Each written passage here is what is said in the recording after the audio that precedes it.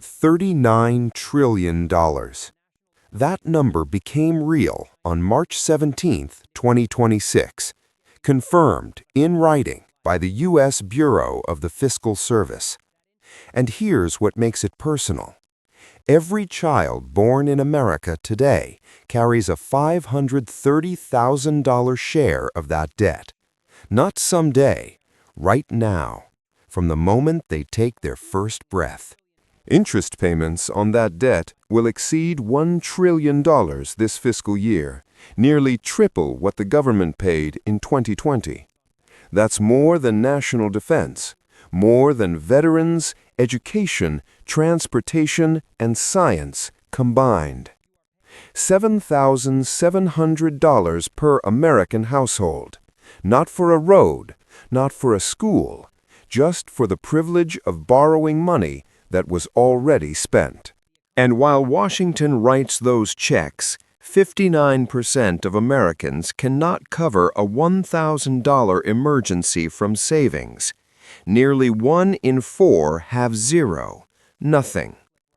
Then on February 28th, and what was already a fragile economy just got handed a shock nobody was fully priced for.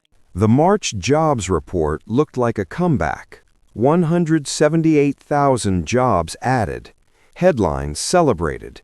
But read past the number.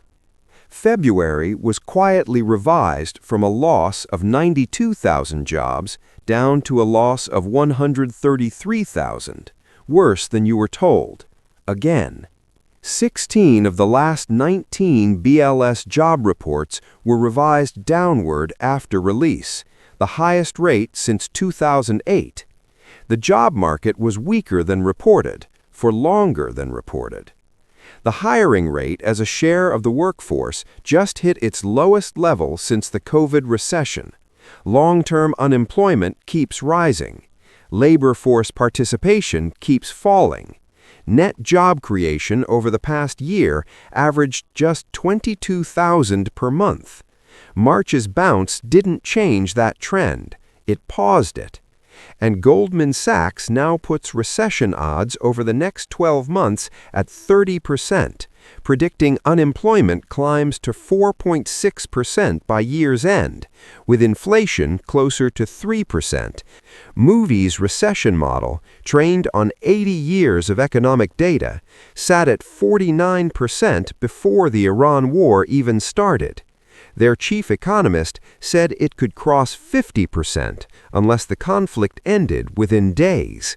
It hasn't ended. Total household debt hit $18.8 trillion by the end of 2025, up $740 billion in a single year. Credit card balances are at $1.23 trillion, carried at nearly 23% interest. Borrow $6,000, make minimum payments, and you're paying it off for 20 years, with more going to interest than you ever owed. And people aren't drowning because of bad spending decisions. Monthly mortgage payments are 50% higher than 5 years ago. Coffee is up 19%. Beef is up 15%. Housing costs rose over 14% in just 2 years. Gas prices jumped $1 per gallon since late February alone, the Iran war's first invoice arriving directly at the pump. 2 in 3 Americans say the affordability crisis has already eaten into their emergency savings. Nearly 1 in 9 say they couldn't produce $1,000 in cash within 24 hours, even if a loved one's life depended on it. These are not statistics about other people. This is the actual state of the country right now. 77% of U.S. households cannot afford the median price of a new single-family home. Mortgage rates have climbed to 6.57%, the highest since early 2024. A $400,000 loan now costs more than $2,550 per month. The average American salary is $64,000. The math doesn't work. It hasn't worked for years. The people who bought before 2022 are locked into sub-4% rates they'll never see again, so they're not selling. Existing home sales fell 5.2% in February. Active listings are down 10% from a year ago. Everyone else is either renting indefinitely or going into dangerous debt just to get keys. That's not a housing market. That's a class barrier dressed up as real estate, locking an entire generation out of the single most reliable wealth-building tool in American history. Here's what connects all of it. Federal debt is rising from 101% of GDP today to a projected 120% by 2036, surpassing the record set just after World War II.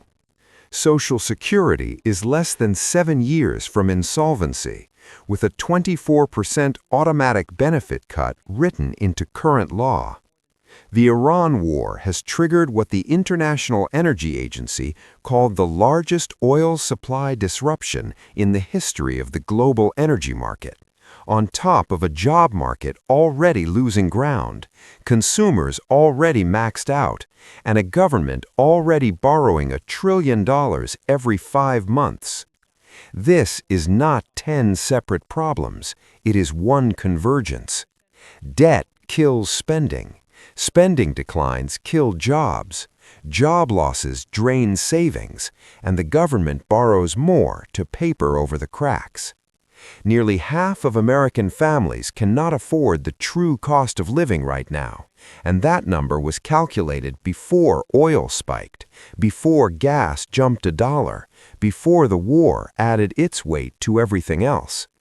The people who come through what's coming aren't the ones who panicked, they're the ones who saw it early and moved. Build even a small emergency fund. Pay down your highest interest debt now. Diversify your income so one layoff doesn't become a catastrophe. And if anyone you love is counting on Social Security as their entire retirement plan, have that conversation before 2032 makes it too late. If this opened your eyes to something real, share it. Not for me, because the only thing that makes any of this worse is staying quiet until it's too late.